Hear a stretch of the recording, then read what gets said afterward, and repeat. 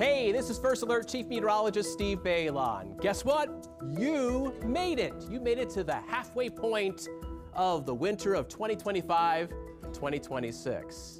And it's been a bumpy ride, hasn't it? We've had these streaks of warmer than normal weather and then much colder than normal weather with bouts of snow. And now you're probably wondering what is going to happen the rest of the way. Well, this is a good time for our First Alert weather team to break down this season in our First Alert Winter Halftime Report. Hopefully that resonates with all you Packer fans out there.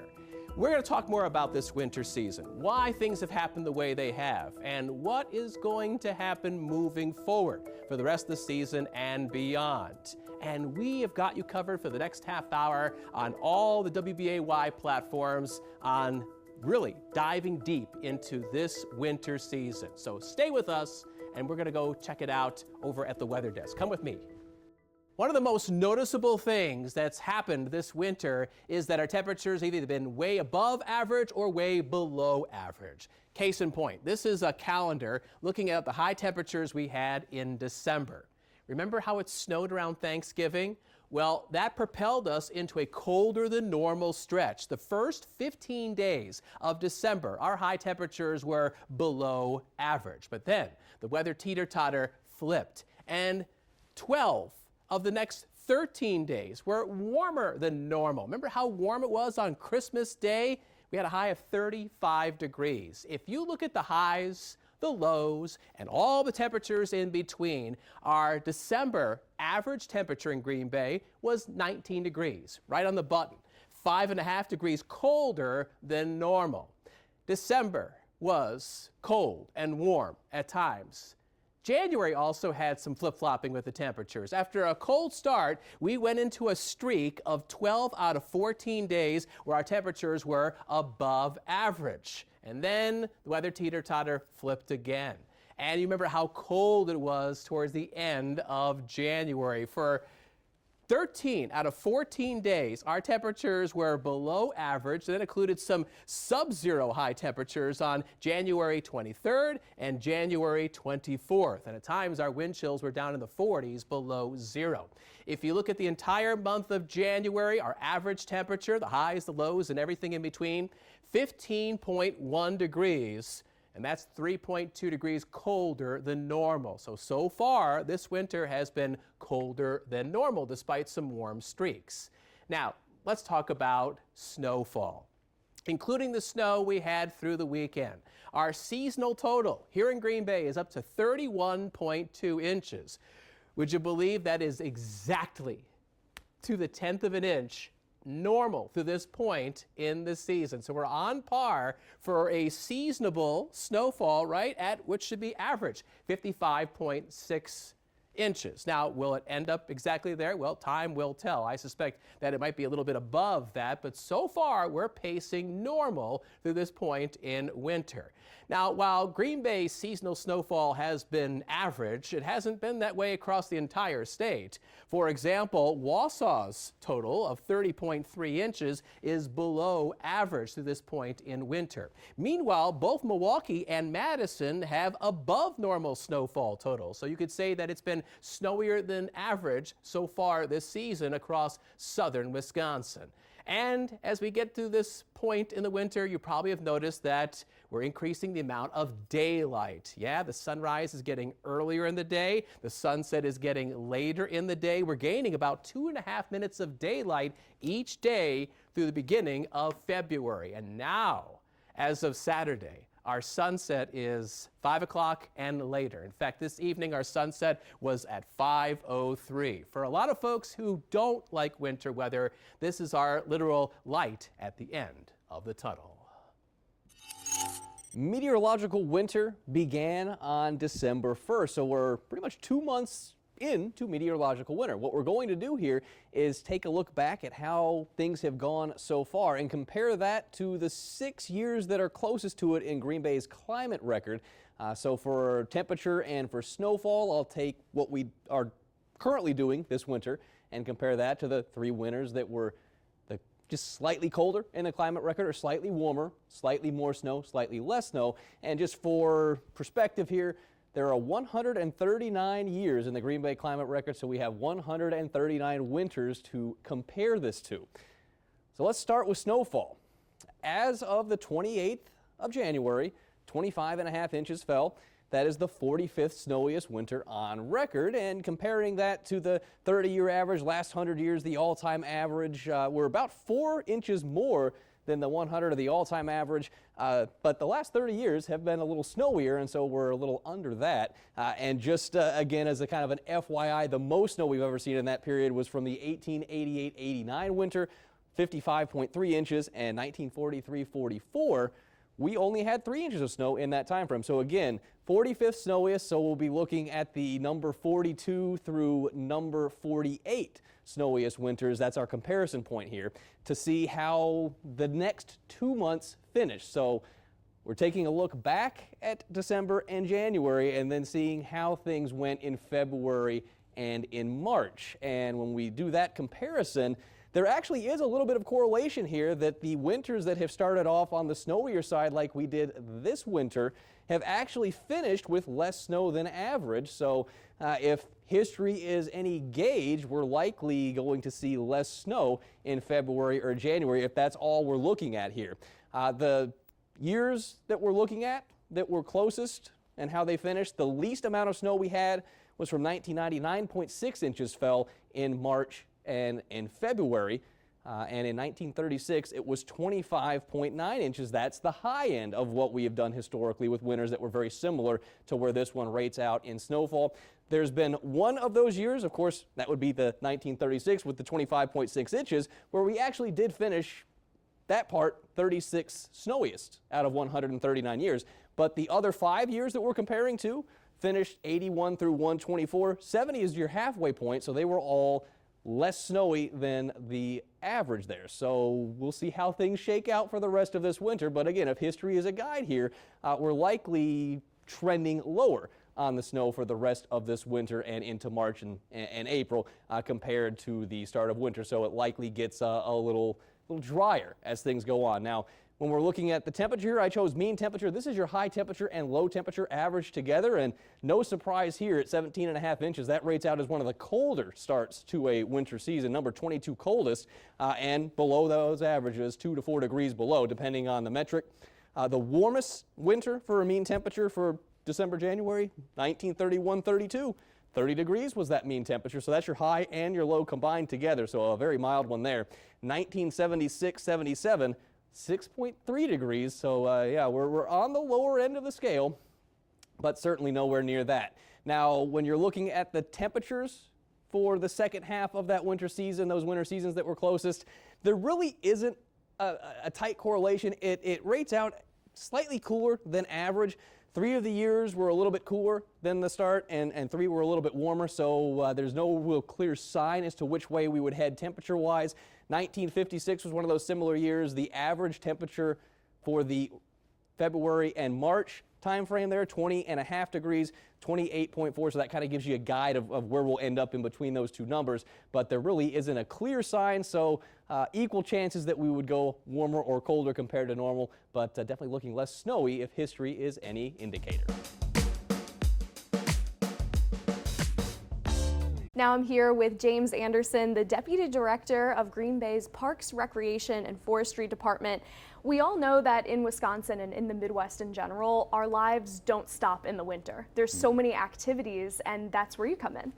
Yeah, I mean, one of the main things you have to do in the winter, of course, is not just be inside and stay dormant, and you don't want to get those winter blues. So you want to get out and still experience, what's going on with winter recreation.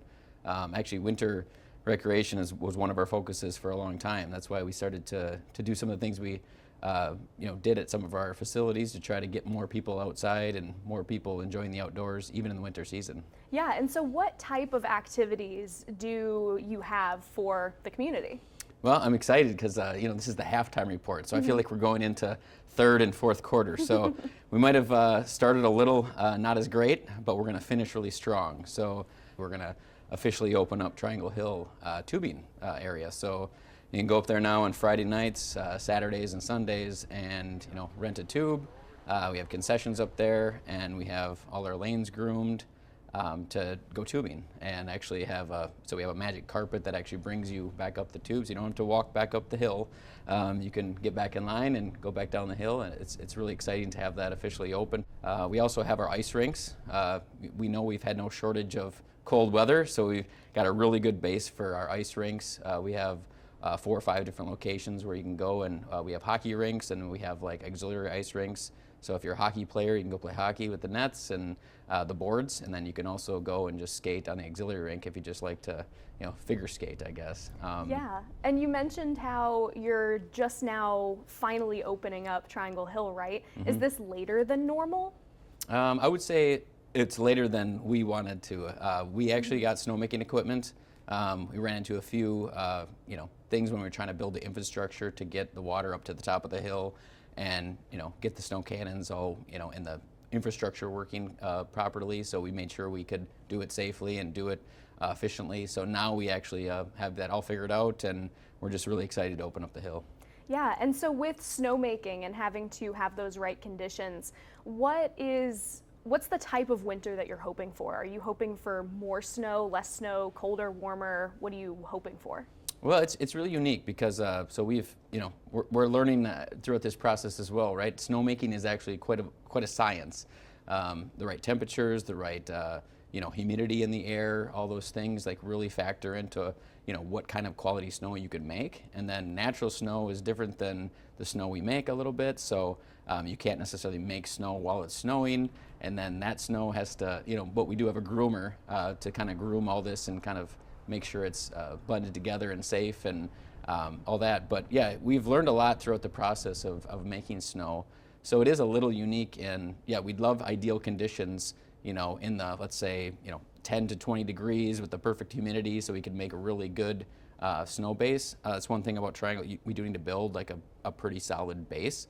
So, hopefully it'll last longer now and stuff and go throughout the season longer. But with the natural snow and not with the ability yet to make snow while we were kind of building our infrastructure, we didn't get a lot of natural snow. So we couldn't open up Triangle earlier because we just didn't get a lot of snow. Or when we did get snow, then it would warm up and it would melt and then it would become ice, and then it was just kind of this back and forth.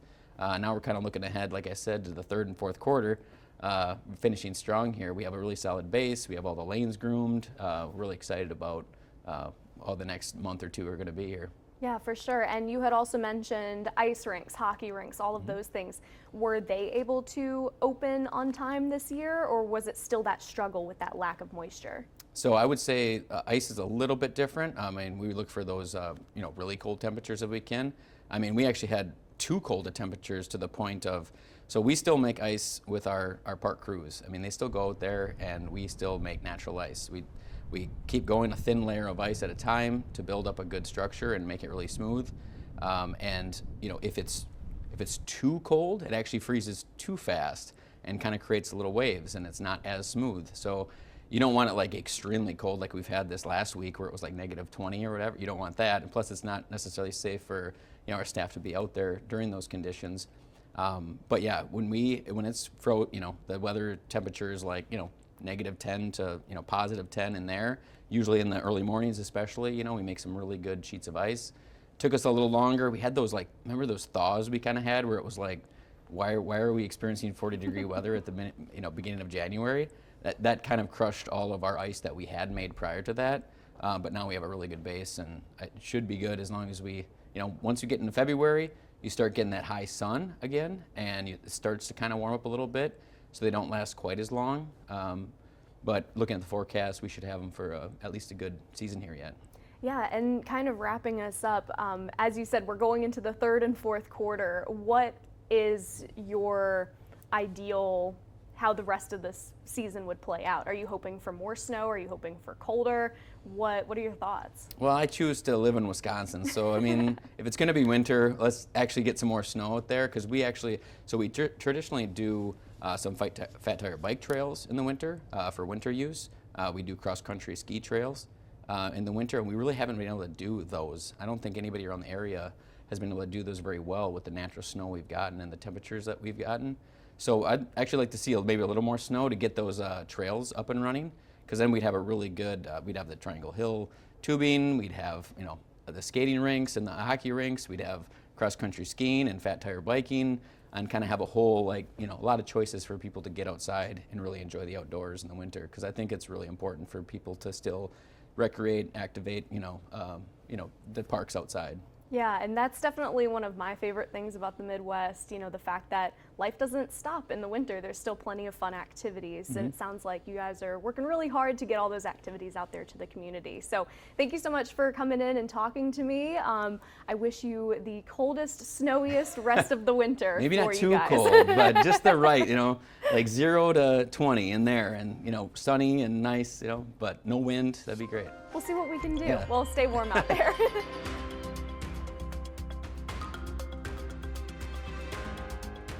The old classification of warnings that we've seen for winter events has been quite vague in terms of its description of wind chill watch and warning, wind chill advisory. It does describe, yes, the wind chill is going to be low, but not everyone at first glance is going to know what that means. Wind chill to them may mean something completely different if they've not seen any weather terms before.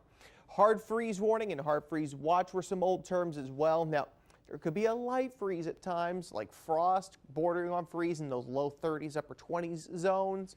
That could actually be some of those plant killer frosts, for example. A little bit of a hard freeze that'll end the growing season, for instance. So in 2024, and most recently, we've actually seen these deploy just recently. The extreme cold watch, at which we had some 30, 40 below wind chill values at least 24 hours before they occurred. In fact, they issued almost 2 days ahead. And the extreme cold warning in the really dark blue, in fact, it's actually a darker blue than what I'm showing you there. It's just going to show up a lot better on full than it is on this screen. And the light blue is the cold weather advisory. Now, the extreme cold warning begins at minus 30-degree wind chills in our area. These are tailored to the National Weather Service offices, for example.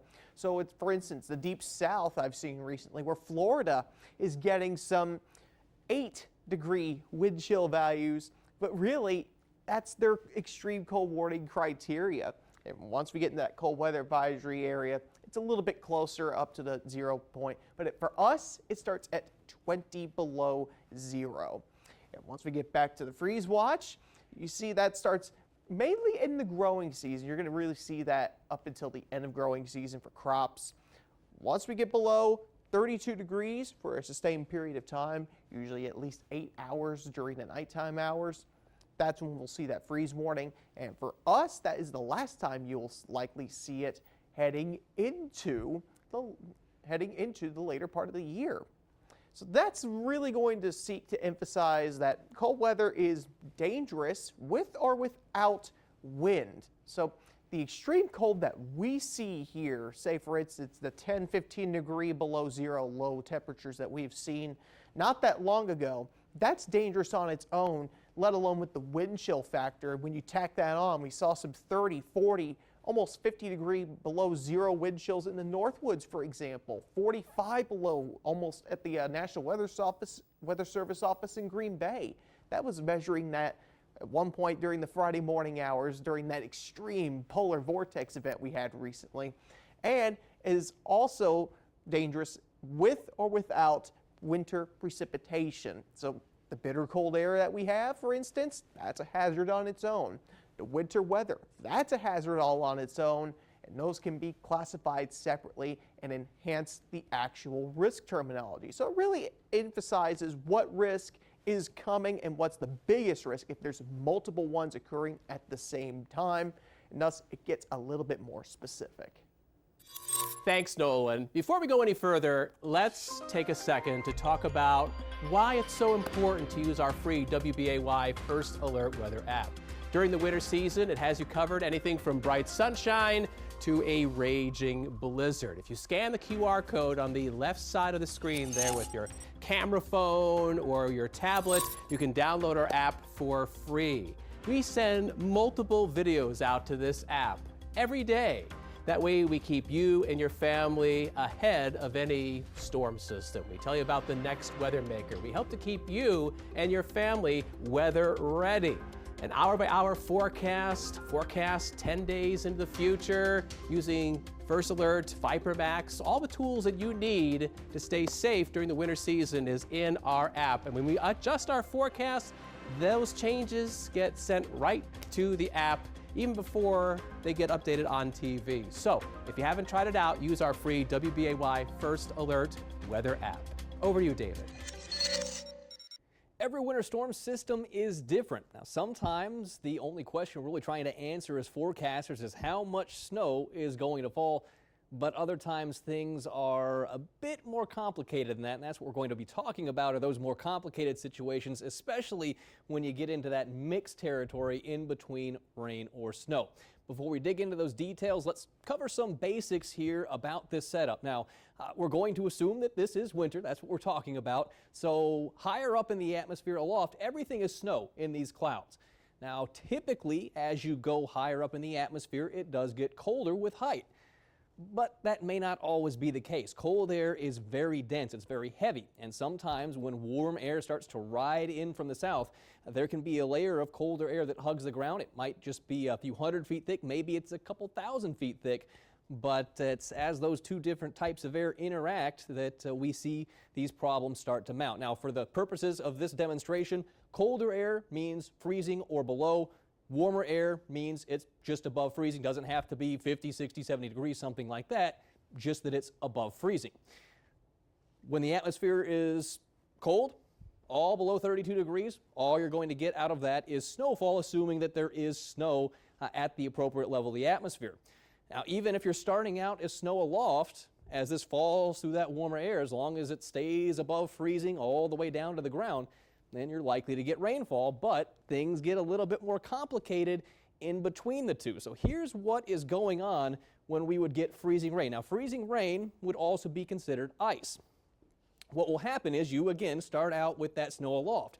That snow is going to fall through a large layer of warmer air. As it does so, that snow will melt 100%. So at some point, it's going to turn into just straight liquid water. It's not going to freeze back onto itself because water doesn't do that until you're around minus 40 degrees, and we're not talking about air that's quite that cold. So what happens is, even though it's falling through a shallow layer of air that is below freezing, it stays liquid.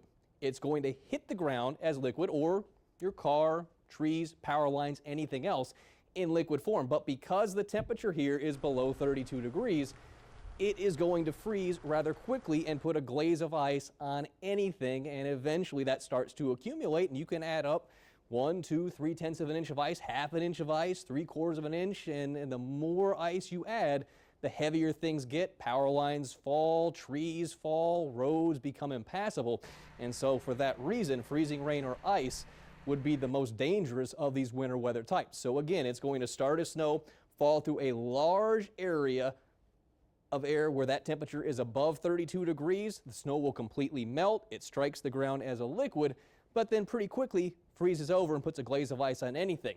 If the ground were above freezing, well, then it's just rain, but if that ground is below freezing, again, you get ice starting to develop.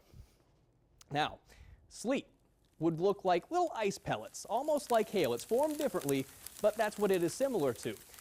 You would treat this almost like it were just a heavy wet snow as you're driving on it, so there are some benefits to getting the sleet versus the snowfall. Again, it's winter. We're starting off as snow up in the clouds.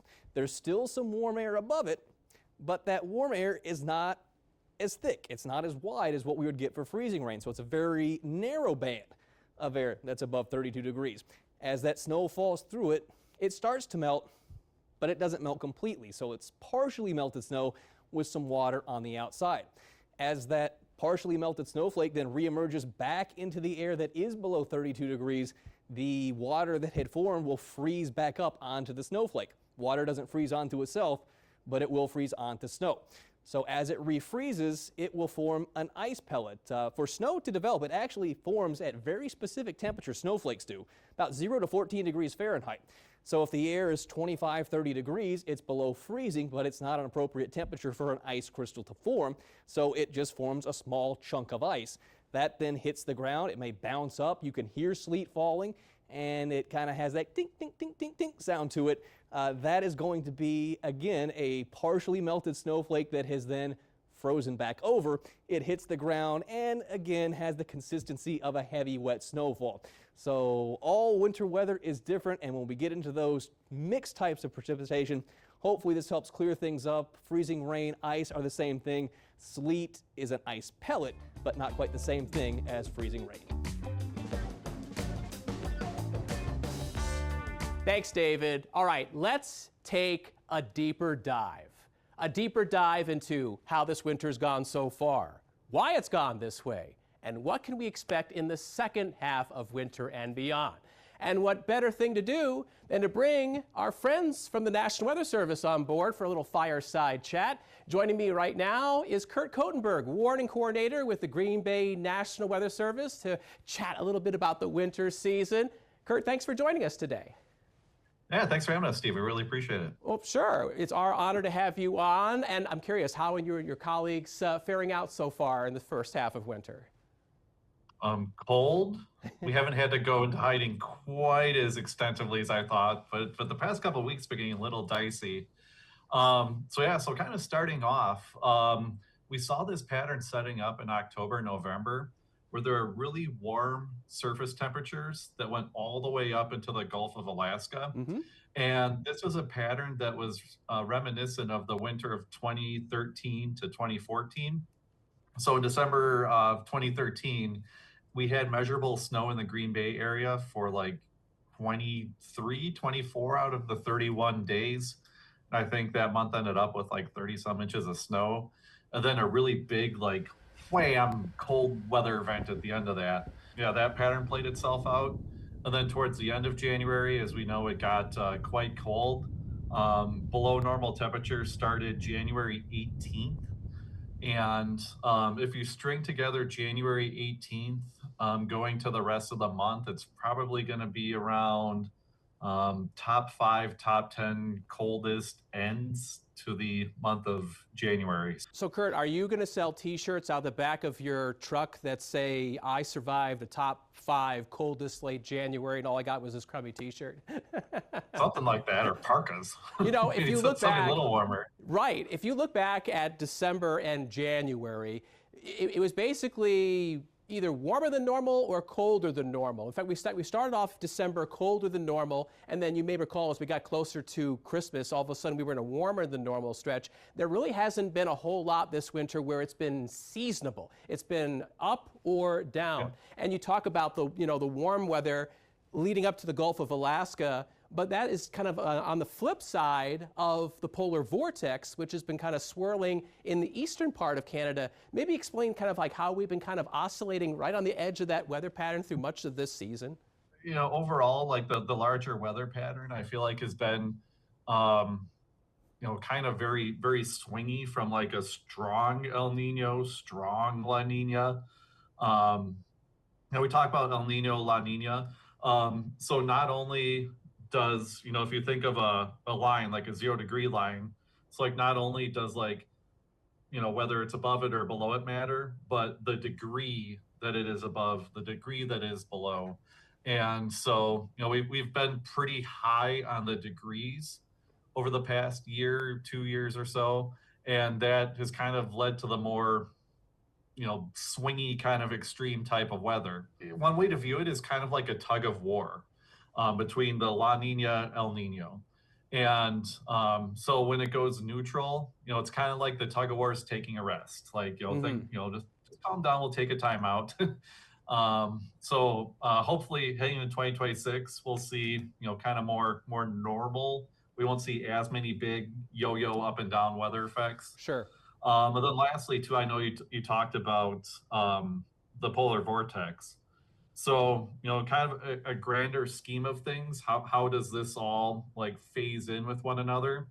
And so one way to view it is like the climate and the temperatures on the globe are very interconnected. So the El Nino, La Nina starts in the Pacific Ocean near the equator.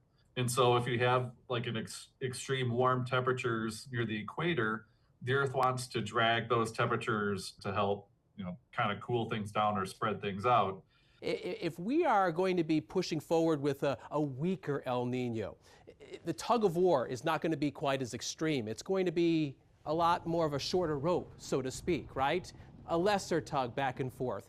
Are you saying that moving forward through the rest of winter into spring, that perhaps we're going to have something that's a little bit more seasonable and less in the way of extremes because of a shorter tug of rope, battle between La Nina and El Nino? Yeah, that's probably a fair way to contextualize it. I mean, we're still going to have, I'm sure in March there'll probably be an 80-degree day. Just statistically that tends to happen. But yeah, we're not going to see as extreme. It's going to be 85, 90 degrees for a week. Then it's going to be 20 degrees for a week. Like, we're not going to see as much of a yo-yo effect. The Climate Prediction Center, you guys are obviously very familiar with them. They have a 3-month outlook. If you look at February and March and April, and they're calling for above normal precipitation for Wisconsin, the Great Lakes. Maybe, if their outlook is correct, that could mean maybe a little more snow than normal. What is your take on that? Do you think that that's pretty much on par, or do you see a different variation of that? It does seem like it's going to be a wet spring. Whether or not that means higher snowfall or higher rainfall, maybe both. That's what we'll iron out when we get into the day-to-day 7-day productivity. What I can say also is a big difference impact-wise when you have snow in March and April versus snow in January and December is on the roads. Pavement temperatures, when you start getting to March and April, it's very, very, very difficult during the daytime, even on a cloudy day, to have road temperatures that are below 32 degrees. And so oftentimes it could snow 8 inches, but literally that afternoon, like, the snow is melted off the roads. Even though we just got 8 inches of snow, which if we got 8 inches of snow in December, January, that's sticking. It's going to be cold. Do you have any concerns beyond what we discussed as far as what might be something that people need to watch out for moving into the end of this winter and into spring? What I tell people, if they ask me, what's the best thing I can do to keep myself and my family safe? And what I tell people is to start a habit. So every day, wake up, you're scrolling on your phone to see what, events happen in the world overnight. Take 30 seconds to look at the weather forecast for that upcoming day. 30, 60 seconds, wherever your most trusted weather source is, make sure it's a trusted one. Like you all here at WBAY or the National Weather Service. Take that 30 to 60 seconds and just look at the weather forecast. And, too, if it's like a tornado-y day, people ask, if I'm in a car and a tornado's coming, what's the best thing I can do? I usually say, stop right there. The best thing you can do is to not put yourself in that situation in the first place. And so how do we do that? We do that by being weather aware. And that's where we really appreciate the partnership with WBAY and our media friends. We really work well together. We're sitting here analyzing the radar maps and, flying through all the model data and what we're seeing. But then you all help spread the message to keep people safe. And so, we're really working together for the common good of protecting life and property. And that's what it's all about, folks. It's all about making sure that we work as a partnership to be able to keep people safe and to make good choices, especially when there's dangerous weather ahead. Kurt, I really appreciate the time today. Thanks for answering my questions. I know a lot of people are wondering what to expect as we go into the second half of winter and beyond, and I really appreciate your expertise, so thanks for joining us today. Yeah, thank you for having us, Steve. Appreciate it. A lot of people know that you were born and raised in Kentucky.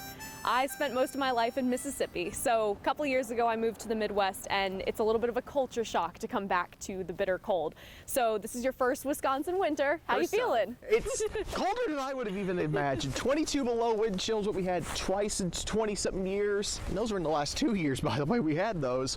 And now first time I've had 2 of these 30, 40 below wind chills. It eats through layers, I'm telling you. Yeah, I mean, it really does. And I mean, what we've seen recently is pretty abnormal too. I think I've only had that maybe once a year for the last couple of years, but I feel like it really highlights the power of Midwestern winter. I know when I first moved here, what stressed me out more than anything was driving in the snow. It's a little bit of a learning curve. How are you feeling? It almost feels like you're actually having to learn rally driving at the same time while keeping control. It's interesting balance. Like, can we just like start recruiting race drivers from out here more? Or maybe that's why we have champions here.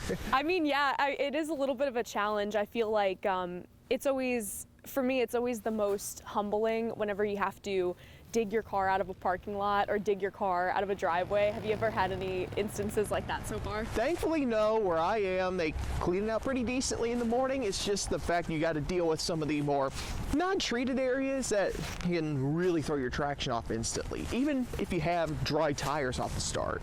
So what has been the most surprising thing about Wisconsin to you so far? A lot of it is the amount of snow. Yeah. Normally, we get around 2, 3, 4 inches as a big snow back home. That's literally what we call big snow. And even recently, these big snowstorms that we've been mentioning, that's a big one for them. Biggest in about 10, 15 years. Yeah. So for us to get in these 6, 8, 10-inch totals, I know we haven't had a really big snow up here yet, by you guys' standards, but it's decent enough for me to really take notice. Yeah, and I feel like 2 to 4 inches is that's just Tuesday here. You know, that's just a regular day, regular snowfall. And they clear roads off like it's nothing up here too. It's easy to get down them. And compared to home, you would actually have to go 5 miles an hour on the secondary roads just to get somewhere. Yeah, and here it's like, give it a couple hours and it's good as new. Yep, right in the morning hours and you're set. So, would you rather have Wisconsin winter, the coldest Wisconsin winter, or the hottest Kentucky summer? Easy, coldest winter. Really? Back home, let me tell you, this story here, the dew points up here, I think when I got up here, they couldn't get over, 60, 65 most times. That's what we call very humid back home. And when you get these 90-degree temperatures with those dew points on top of it, puts those heat index values at about 105, combined with that steamy, dense feel. It's just not good, especially if you're sweating in the afternoon with the heat. Yeah, I am totally there with you. I do not miss the Mississippi heat at all. I also always say that the snow makes the cold worth it, and I think up here it's super cold, but you have the snow to show for it. Exactly that. It happens more often, but although it gets colder for a few times. Like this time of the year, I think I've heard is probably the coldest at this point, so we should be on the upswing, thankfully. Yeah, well, thanks for chatting with me out here in the freezing cold. Let's go back inside. Let's warm up. Thanks, Emily. Thanks, Nolan. Okay, we would be remiss if we didn't mention this. It's February 2nd. It's Groundhog Day. Are you familiar with the folklore? So on this date, the groundhog comes out of his burrow, and if he sees his shadow, that means 6 more weeks of winter. But if he doesn't see his shadow, it means that we get an early spring. That's if you believe in the folklore. So we had some groundhogs that came out this morning, and despite cloudy skies, both in Sun Prairie, Wisconsin, and Puxatawny, Pennsylvania, we had different forecasts. Sun Prairie Jimmy did not see a shadow this morning, and he's saying there's going to be an early spring across the Badger State. We'll see. Meanwhile, out east in Puxatawny, Phil, just with a cloudy sky, apparently did see a shadow, and that means 6 extra weeks of winter. But you know what? These two groundhogs don't have the same accuracy levels. In fact, according to NOAA's National Centers for Environmental Information, Sun Prairie Jimmy is more accurate based on past years and climate data, with a 60% accuracy rate compared to Puxatawny Phil, who's only 35% accurate. Take that for what you will as we move through the rest of this winter season. And I think right there we need to put a bow on this winter halftime report. Thanks for watching over the past half hour.